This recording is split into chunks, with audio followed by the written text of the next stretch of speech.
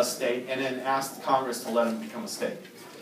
That's a little extra constitutional because the Constitution actually says that a state, you can't split off from another state unless the state legislature allows you to split off from the state.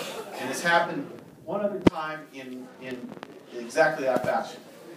Maine split off from Massachusetts in 1820. And for various reasons, they didn't like, Maine actually isn't even contiguous with Massachusetts because New Hampshire wanted a little port, and there's about a 13-mile strip that makes it Portsmouth, New Hampshire, between them. But Maine was a province of 3 counties. Under the original charters, it was a separate colony, but then it was bought by the company that was running Massachusetts Bay Colony, so it became a province. And then later, when the revolution happened, it was still kind of called a district, I guess, and there was 3 counties initially in the district, and then I think they added some counties and split it up some more. It ended up being about 8 counties during the War of 1812. And there was a lot of farmers that moved into Maine that were upset about the tax policies that Massachusetts was putting on them. And there was also problems during the War of 1812 with the Massachusetts militia wasn't protecting the border up in Maine and the people up in Maine as well. So they were all upset. And in 1815, a delegation got a commitment from the legislature that they actually had a vote and they hit a certain percentage, then they could split away. They would be able to split away and become their own state. They had that vote in 1815. It didn't quite hit that percentage. It was a majority, but it was fine. This was a super majority they had to hit. And then they took a 3-year hiatus and had another vote in 1819 where they overwhelmingly voted for new statehood. And the legislature let them go under that deal. And then in 1820, they then had to petition Congress to become a state as well. And in 1820, they came in as a new state under the Missouri Compromise, where Missouri came in as a slave state, Maine came in as a free state. And that actually has happened.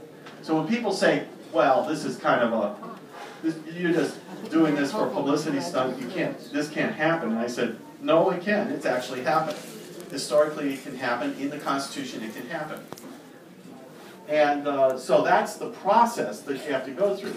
And what we are hoping to do is get a vote in Pima County to do that. Now, we're trying to do it without the state legislature giving us permission to have that vote, because we're not sure they would give it to us. And we're going to try to do it as an initiative only at the county level. And there's some legal issues with that. We're trying to work those out.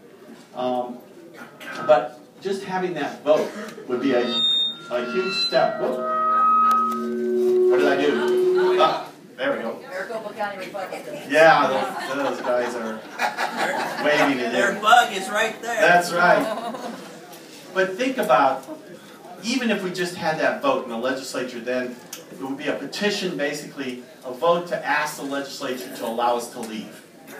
And I will tell you, I was surprised at the reaction we got when we first opened up the committee and did our press releases. You know, Channel 13 did an online poll after their story, and 63% of the people who went on the online poll supported the idea. On the Arizona Daily Star, it was 58%, and they had the most hits they ever had on an online poll. Now that's unscientific, but let me tell you, it tells a lot about how many people are frustrated down here with the policies coming out of that legislature, how extreme they are. And we were getting feedback from people all over the state, including Maricopa County, saying, can we move there? Since we become your own state? Said, yeah, sure.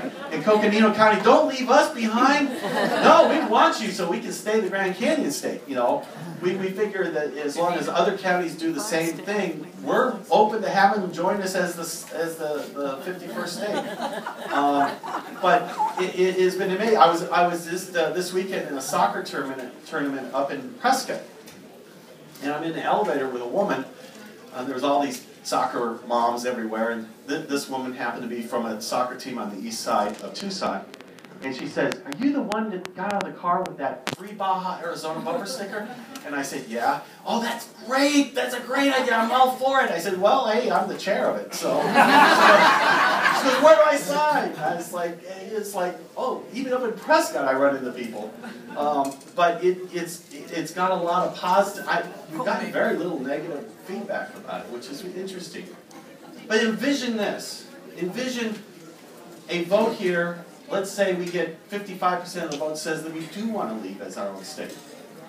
Even if the legislature doesn't let us go, by the way, that legislature is crazy enough and extremist enough that they might let us go. They'll go, yeah, get rid of those crazy liberals in Tucson. Tucson's not a liberal town, it's a moderate town. It's always been. They're the extremists up there, and they are so far to the right, they probably would gladly let us go. No, I want the money. But, well, we'll see. They probably wouldn't, but even if we got that vote, think of the message that sends and reverberates.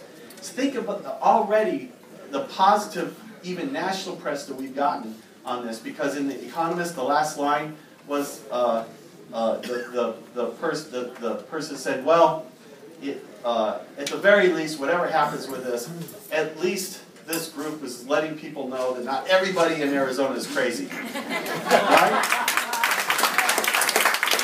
And that was part of our agenda, was to try to let the rest of the nation know that Tucson are rational people in Tucson. Please come here. Please do your business here. Don't lump us in with everybody in the rest of the state, especially those crazy people in the legislature. And the second objective was to let people know in Arizona that you have to pay attention who you're voting for in those down ballot races. And independents and everybody needs to go out and vote in the primaries, because then you would get much more moderate candidates winning in those primaries, especially in the Republican side, than what we have now. But I don't know if that'll work as a message. But just having that vote sends a message also to that legislature. Stop the extremist policies coming out of there. Not everybody in the state appreciates it. And by the way, if you keep doing it, we're putting a spotlight on it right now, and we're going to get you in the next election or the election after. Frank Antinori, Al Melvin, you're on notice, right? Because now people start to know. One of the problems the state's had is, you know, it's a little bit reported about this stuff. Nobody pays attention. But I'll tell you, with this little effort, we've gotten a lot of good, interesting press about it, that there are people upset about this legislation that's coming out. And maybe people will pay attention to that more and know who it belongs to, which is these extremist Republicans that are getting elected. You know, I don't want an Arizona that's necessarily, I would love it, but it wouldn't happen, this liberal Democrat. But that's not realistic. All I just want to do is get back to where we used to be, where we actually took care of our kids and had strong public schools. Even the Republicans believe that. And the vast majority of Republicans do believe that in this state. It's the extremist people that have gotten elected in that legislature that don't. But could you imagine if we actually did split off? We could start over with our tax code and have a fair, equitable, progressive tax code that brings in the revenues we need, but with low rates, and not giveaways to every special interest in the state. That would be wonderful. And then we could fund our schools. We'd have the best funded schools, the best funded universities, the best funded junior colleges. We would then be able to attract high-tech businesses to the state. We should be the mecca of solar energy in this state, right here. And why we're not is very simple. It's exactly what the CEO of Intel said as he was recruited onto this new committee that Jan Brewer created to replace the Department of Commerce. Their first meeting, this guy gets up and says, basically, well, if it was now, Intel would never have moved here because of the education system. And that was something. And then Jan Brewer afterwards was trying to explain, but I've been the champion for public education. Well, every year you've been in there, you've signed a budget that slashed public education more than ever before in our history. And we were already last in spending, or 49th at that time. But now she's put us to 50th. And she claims that somehow that she's mitigating the damage that this legislature is doing to education. Well, come on. She signed that stuff into law. So that's the vision would be to actually have a legislature that helped us bring high-tech jobs and businesses here, that promoted solar energy instead of nuclear power dumps basically Al Melvin wants to make us the nuclear power dumping ground in the country. I think he actually has got that eminent domain bill